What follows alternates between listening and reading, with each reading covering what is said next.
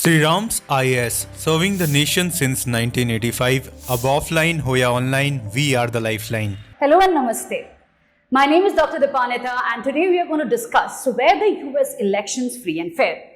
We already know that Donald Trump is the 47th president of the US, but whenever we talk about US elections, it is always seen from a perspective that, being one of the oldest democracy, America's elections are always free and fair. Last time there were some accusations against Meta, that is owned by Mark Zuckerberg, as well as Russia's interference, but yes, more or less the elections are always seen to be free and fair because the narrative is to protect the democratic values of America. Now, on the other hand, if we take a look at America's behavior towards elections in other countries, it will always start with the fact that the elections are not free and fair. There is a lot of wrong information floating. There is a manipulation of electoral behavior, and it will always pinpoint fingers mostly at the conservative parties who are fighting the elections, or the right-wing parties. Interestingly, you will see this in the recent Bangladesh elections. You will also see this when it comes to the Indian elections. It's always a blame game that America loves to play. So let's take a look at how free and fair were the US elections of 2024 were actually there, or who interfered and who did not interfere. Now, there have been reports in the last 3-4 days that various organizations, including intelligence agencies, have found certain anomalies which have been triggered by certain spam accounts, and they have blamed Russia, Iran and China. 3 countries that have been labeled by these by the official organizations of America, as well as by the intelligence agencies, including the the FBI. So let's come to that, but before that, let me just a short introduction to myself. I'm Dr. Dipanwita and I have done my PhD in International Relations from JNU. You can connect with me on Instagram as well as Telegram, and if you have any doubts, I'm right there to answer that in both the mediums. Now let's come down to the first point of Russia interfering. Now, across newspapers, including the Atlantic Council, there have been reports about Russia, especially groups such as Wagner Group, who have interfered in the US elections. How have they done that? They have given threats. For example, in the state of Georgia, non-credible bomb threats were issued and they were traced back to Russia. How? We don't know, but that is what has been said to us. Apart from that, the Office of the Director of National Intelligence has said that Russia was ramping up interference just ahead of the elections, and Russia has sought to undermine public confidence in the integrity of US elections. Now, this accusation against Russia is not new. It all started with the elections in 2016, which was between Donald Trump and Hillary Clinton, and later on as well. And at that point of time, Russia actually came up and said that they did not interfere, even though the official organizations of America had credible information. We don't know what credible information, but yes, their judiciary as well as other departments did agree that there was a Russian interference. Similarly, this time around, the same accusations were given, but again, no credible evidence have been provided. Now, the last I want to bring to your notice is the FBI also has offered a reward for identity or location of anyone who knowingly engaged or is engaging in interference in US elections, and they have actually singled out a pro-war Russian Telegram channel called the SRIRAM. SRIRAM is known to be handled by the Wagner Group. Now, these accusations play 2 roles. One, in case there is something that goes haywire with the elections, they can pinpoint fingers at someone else saying that it is because of them the elections have gone wrong, rather than looking within that democratic values of America are decaying. So they don't want to do that. It is much easier to blame someone else rather than oneself. Now, why Russia? Now, the reason why it has always been Russia is a hangover of the Cold War times. They love to come up and say, no, it's the Russians who are interfering. It's the Russians who want it. But Russia has already engaged in a war, and it doesn't, even if it is Joe Biden, it still went and waged a war against Ukraine and is winning the war. If Trump comes to a war, the war might come to an end, but there is no guarantee. Right? Trump is known to be temperamental. And for Putin, if you just take a look at it, having Kamala Harris would have been a headache, agreed, but not something that he could not have managed. He would have just ignored. Right? Having Trump on the other hand, there could be talks, but again, not something he can be so sure of. So it was definitely a gamble if Putin has truly interfered.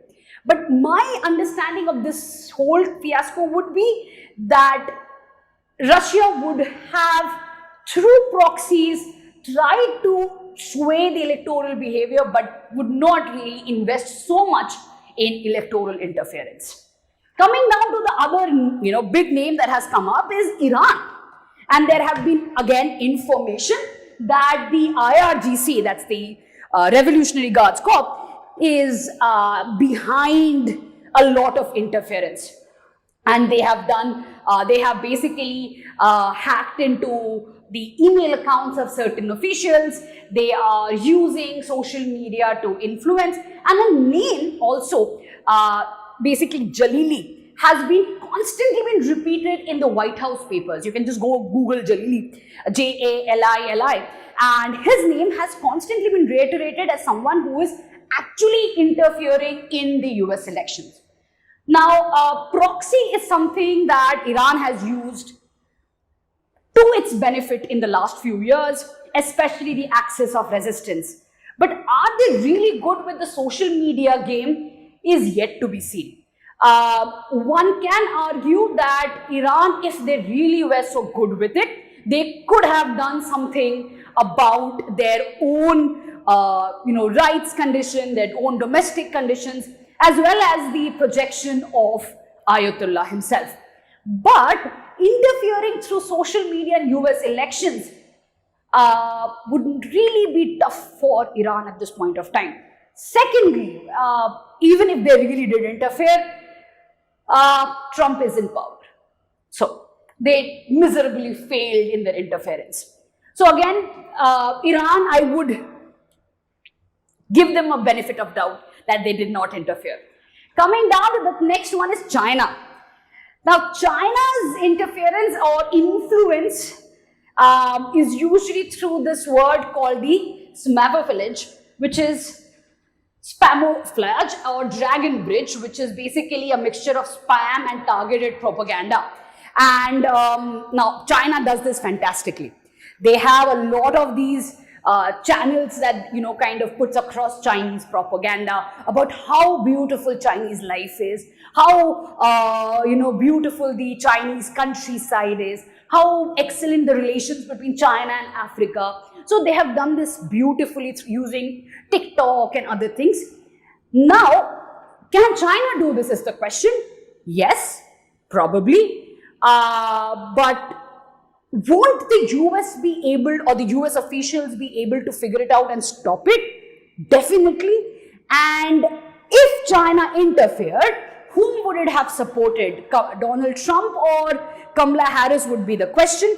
Because on one hand, you had Donald Trump who was threatening tariffs and tariff war with China. On the other hand, you had Kamala Harris who would have continued Joe Biden's policy, which would be basically doing what? Basically having a confrontation, talking about Taiwan and other things. So for China, Kamala Harris would have been a bigger headache than Donald Trump. And Donald Trump has already shown his affinity towards North Korea. So again, did China interfere? If it did, it would have been not in support of Kamala Harris. So that would have been the case. But now, when it comes to the victory, the result, this whole argument of external interference has been pretty subdued in comparison to the last two elections, that is between Donald Trump and Hillary Clinton and Donald Trump and Joe Biden. Why do you think it is so suppressed? The answer is that this time around, Donald Trump not only won the Electoral College, but he also won the popular vote, which was not the case before. So when you win both of them and substantially win both of them, you really cannot keep pointing out to external influences and say, "Kya in logon ne kiya hai." Hamesha, you know, again, it is easy, but you cannot convince the others that these are the people who have done it. It does indicate that US cannot protect its own electoral mechanisms. Moving on to the corporates. Now, of course, there is a huge emphasis by the corporates when it comes to US elections. So Google was blamed that it did take sides, and Google said, Sundar Pichai actually said that there was a bug which was being worked upon. What was the problem? It kept on giving wrong results if anybody was typing, asking about the election results and how Trump was winning. So any search with the search code of Trump was giving all wrong results, but was not giving for Harris. Too targeted to be a bug issue, I would say. But still, it was there. Google did backtrack. It was a minor issue. Unlike what happened in the previous two elections with Zuckerberg. So this time around, Mark Zuckerberg took up backstage. He just did not want any attention. There was no mention of the Meta. There was nothing that Mark Zuckerberg said. And Donald Trump had ensured in the previous few months that if Mark Zuckerberg would say anything or Meta would interfere, he is going to drag Meta to the judiciary system. So he had already given that thread going ahead, and he had said that the previous two elections were definitely a case where Meta had interfered. And of course, there is a whole case on this which had proved that there was an interference. Now, finally coming to Elon Musk. Whenever we talk about Elon Musk, it is a clear-cut support that he did. So first we'll talk about what he exactly did before we come down to the point that did he interfere or not, or did he use X to interfere or not. So what was his whole support for the Trump candidature? So he not only gave about 130 million USD for the whole campaign, but he was there. He spent a lot of time in the campaign. He was there at all or most of the conventions, either through digital means or he was present. He was giving his two pennies of thought in the X, and he was constantly supporting the policies of Donald Trump. So in that case, what he did, for example, I'm going to give an example here about illegal immigration. Any kind of policy that Donald Trump was talking about, he made sure that there is a proper discussion on it. The policy was, written out in a way that there could be sides taken. And the other thing that he did was he played with the fear of the people. So for illegal immigration, he wrote, look what Joe Biden and Kamala Harris has done. America is going to the dump. He also said, if Trump doesn't win, this is going to be America's last election. So he played to the fear in Twitter, or that is X, and he did that openly. Now, would you consider this as an intervention or an interference? A, he gave money and he was outrightly supporting Trump. So anything he did would be seen as an outright support rather than an interference. But he did use a social media giant, which is X, which he himself owns. So technically cannot be seen as an interference without the people knowing about it. Anybody, a common American knew that he is supporting Trump. That's why he is writing in support of Trump. In contrast to what Mark Zuckerberg had did, he was not showing any alliance, but he did use Facebook at that point of time, Meta at that point of time, to influence. So whatever he did it very openly, and he did it using his means and mechanisms. So would you see it as an interference? Definitely yes. But would it be a problem in the elections? Would we call it as a free and fair elections, a hurdle in the elections? Not really, considering he did it in sync with his support to Donald Trump. Now, when I talk about these two factors, one is the country's interference and one is the corporate interference, the question then comes is, there is some sort of interference. One cannot deny that, right? There is some kind of an influence that is happening. So does that make the elections not free and fair, or does that dilute democracy? So democracy is built on many pillars. It is just not about interferences or changing electoral behavior or the thought process of the populace.